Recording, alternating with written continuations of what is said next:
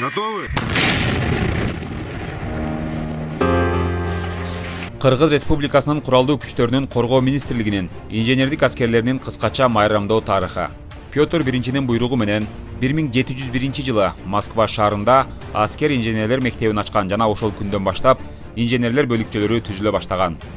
1819-жылы инженерлер окуу жайы болуп аталып, кийинчерээк 1855-жылы Академия деп аталып келет.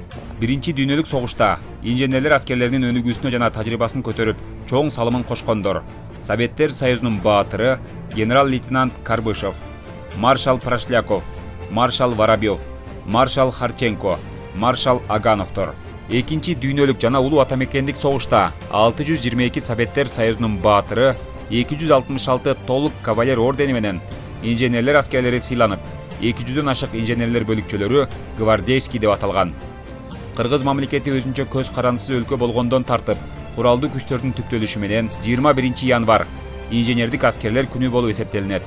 Кыргыз Республикасынын куралдуу күчтөрүндө 2008-жылы 16 январь Кыргыз Республикасынын коргоо министринин номер 19 буйругу негизинде инженер аскерлеринин кесиптик майрамы болуп эсептелип келет.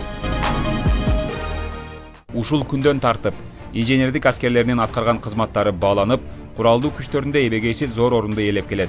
Тактап айта кетсек, 2015-жылы Түштүк жана Батыш аймактык командачылыгынын кошундарынын инженерлер бөлүкчөлөрү менен Баткен облусунун Сох анклавынын чектешкен аймактарын жарылбай калган жарылуучу заттарынан тазалоо иштери жүргүзүү учурунда 205 ар кандай артиллериялык жана авиациялык ок-дарылар табылып, өздүк курам тарабынан коопсуз жерге алып барып жок кылынган. Инженердик бөлүкчөлөрү көптөгөн эл аралык аскердик машыгууларга активдүү катышып келет. Жана ошондой эле инженерлер аскерлеринин өздүк курамы УКМК, ИИМ жана ÖKM кошундары менен бирге мамлекеттин коопсуздугун сактоого инженердик камсыздоо боюнча иш-чаралар жүргүзүшөт.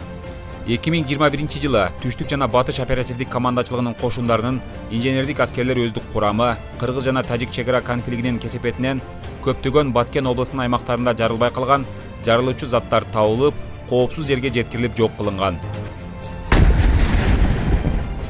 Азыркы учурда Кыргыз Республикасынын коргоо министрлигинин инженердик аскерлеринин башчысы болуп полковник Камчыбеков Зыябек Бейшебекович жетектеп келет.